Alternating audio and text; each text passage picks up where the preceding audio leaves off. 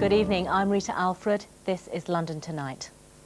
Heavy fog is causing more chaos around the capital tonight. Visibility on the roads is down to a few yards in places.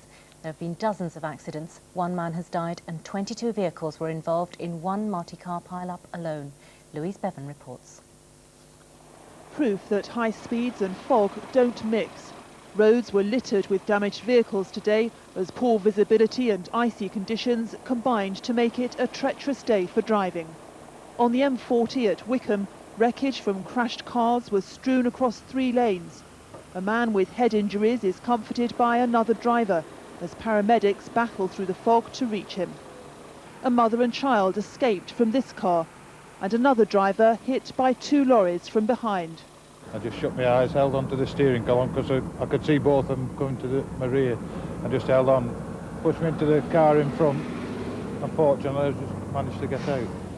At Farnham in Surrey, a pensioner escaped unscathed when a bus carrying several elderly people ploughed into the side of his house. Tonight, the drama was continuing. A water main burst in the freezing weather, flooding Finchley Road tube station. The Metropolitan line between Wembley and Aldgate is likely to be closed for the rest of the evening. With fog continuing to blanket parts of the region tonight, many motorists were still failing to heed the warnings to slow down. Some were even driving without their lights on. In central London, this is Louise Bevan for London Tonight. Tony Blair's been considering how a Labour government would treat the Millennium Festival at Greenwich. The company behind the event has been showing off a cut-price scheme. It wants Labour to back the project if they win the general election. It's feared the event will fold without Labour's support. A Luton lawyer is facing extradition from Thailand over a multi-million-pound mortgage fund fraud. Robert Atkins was detained by Thai police after a request from British detectives. James Birtles reports.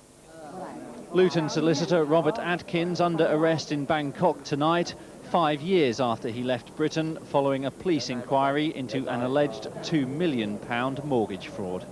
Well, I do not know. Your knowledge is more than mine. I left England before any charges were laid. I have no knowledge of any charges that were laid against me.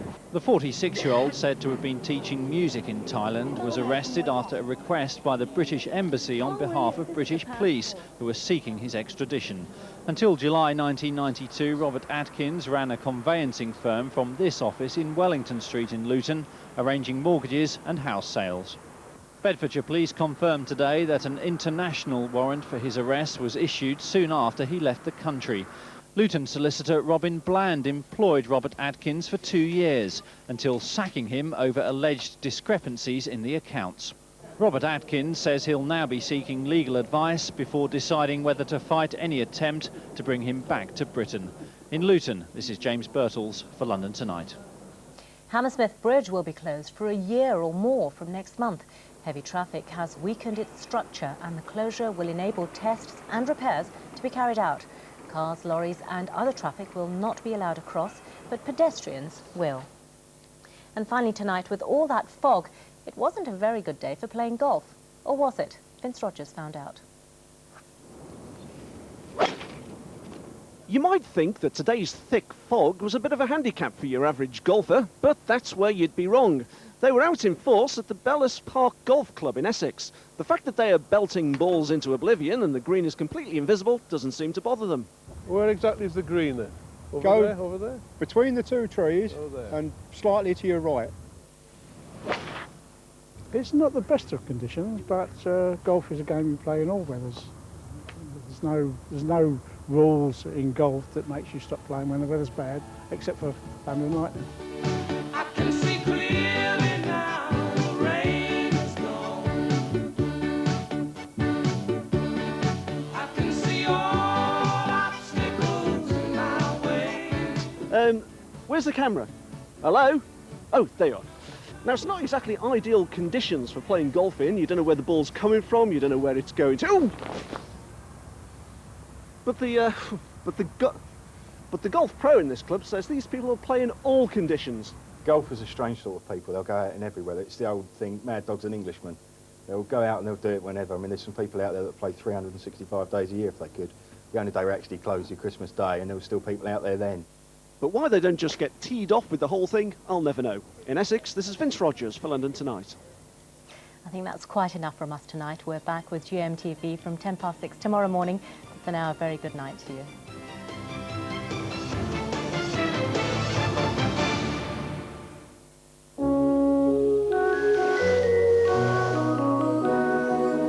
Carlton weather, sponsored by First Choice Ski Holidays, for a fresher outlook.